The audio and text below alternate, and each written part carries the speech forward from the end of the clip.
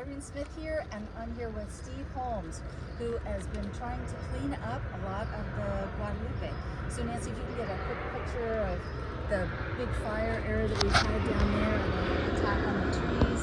Talk to me about what needs to be happening here. What are your suggestions as we're doing these cleanups? We've got to break the cycle. Bottom line, when we first started, we came into Los Gatos Creek and there were about 225 people that were living along the waterway, and with help from the Department of Fish and Wildlife, game wardens, park rangers with the city, we were able to sort of move the people away from the waterway and then get all of the accumulated trash that took us about 3 years to clear out. And so while we had that no camping area, we were able to keep that area basically trash free.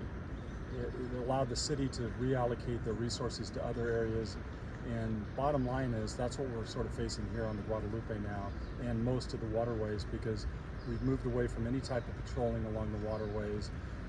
People can camp anywhere that they'd like. Unfortunately, these are the prime areas along the creek because they're out of sight, out of mind.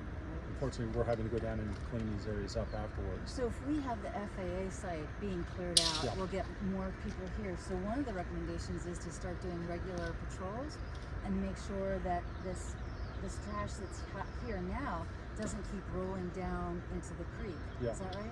There really needs to be a strategy. There is no strategy. So people are allowed to just come into these areas. The city now is coming up with some ideas, like one is having 12 by 12 squares for people that they can have their possessions, and if they keep their areas clean, there is some flexibility with the city regarding people living in these corridors.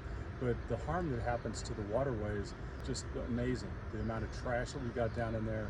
Then you have the riparian corridor, and some of these areas, millions of dollars were spent to populate these with removing the invasive plants and coming in with native plants, and now it's just a complete mess as the areas are filled with new terraces where these campers then set up their homes, and cutting down the trees for firewood and whatnot. So it's just a recipe for disaster, the current strategy. So what we need is we need to have sections of the waterway where we don't allow camping.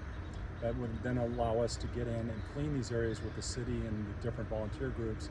Once we've got that area under control, we would extend the reach, and there needs to be housing available for the people so that there is an opportunity, if they choose, they can go into housing. And right now there is no strategy like that that's being implemented. No comprehensive plan right now. Yeah. All right, Steve, let's go pick up some trash. All right, cool.